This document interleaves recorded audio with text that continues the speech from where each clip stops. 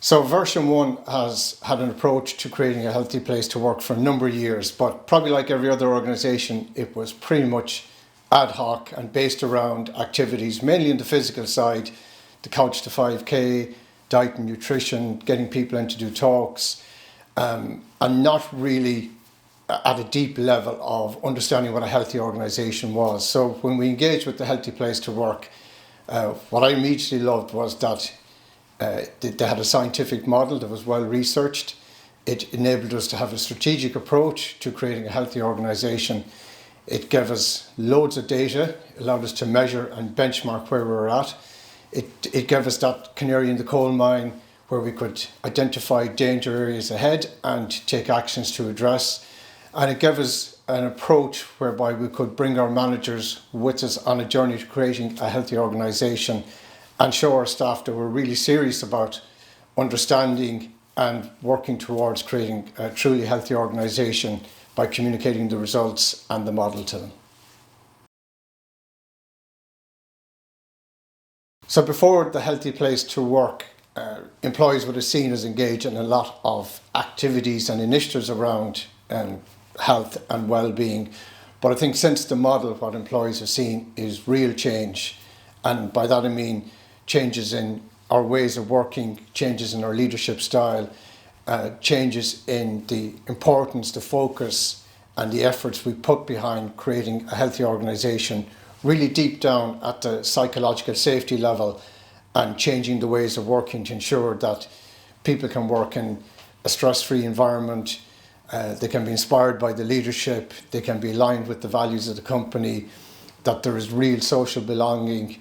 And I think it's taken it to a level where employees see that it's an authentic and genuine value of the company to create a healthy organisation, and that in turn enables them to engage with it. So we've got that reciprocal process going now under this model. For me personally, I think the engaging with the Healthy Place to Work model just took it down to a much deeper level, that you can have all the periphery and all the superficial supporting activities around health, but if your culture isn't healthy, then all that's going to fail. So for me, it made me go much deeper into our practices, our ways of working, our leadership style, our culture, our language, our policies, to make sure that everything we do supports creating a healthy organisation. Each month we sit with each business unit, and what used to be 95% focused on business metrics and business performance and financial outcomes is now more equally balanced, where a third of that meeting will be focused on the people and what we're doing around the people, in terms of wellness, in terms of career, in terms of leadership, all the softer areas that have come as a result of his understanding that this is what impacts business performance. If you have healthy teams and healthy business units, then the business results will flow through that.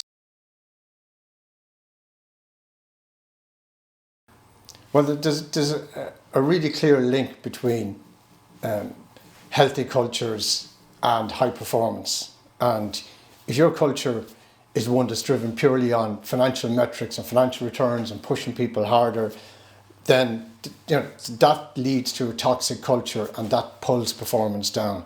So the healthier you can have your culture, the healthier you can have your people, the more you can have your managers invested in the employees as a person rather than just as somebody delivering results, then your results will improve. I think mental resilience and the health of your culture are incredibly closely aligned. And, I think people talk about pressure and stress like it's an individual thing, but where does that originate? And that originates within the culture.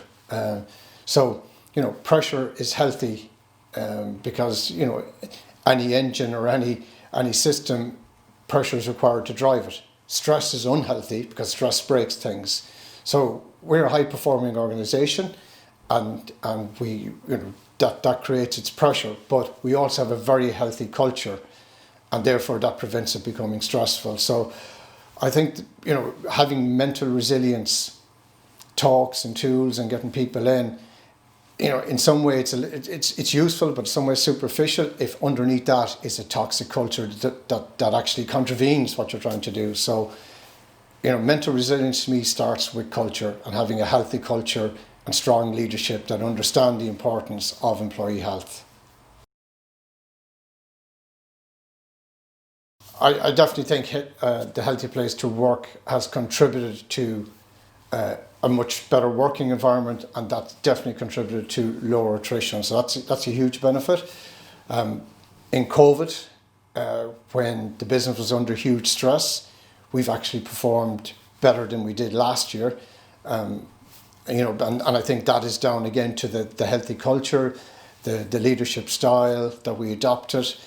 And the third benefit is just that people themselves have a better understanding and awareness of what their health means and how it impacts their jobs and their performance. And that's a benefit that comes back to us, but it's particularly a benefit for individuals. So, if you're considering engaging with the Healthy Place to Work process, then I think the first thing I would say is go and do it, and get a benchmark and see where you're at.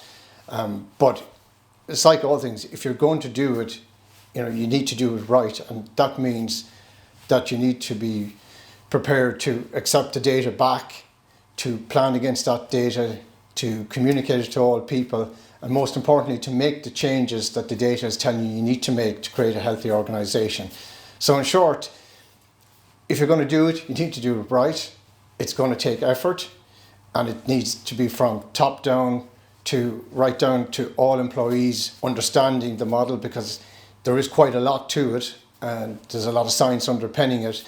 But if you engage with it wholeheartedly and put the effort in, then the results will come back in terms of business performance, in terms of happier employees, in terms of your employer brand. So in short, I would say just go and do it, but make sure you do it right and you get the full buy-in from top to bottom.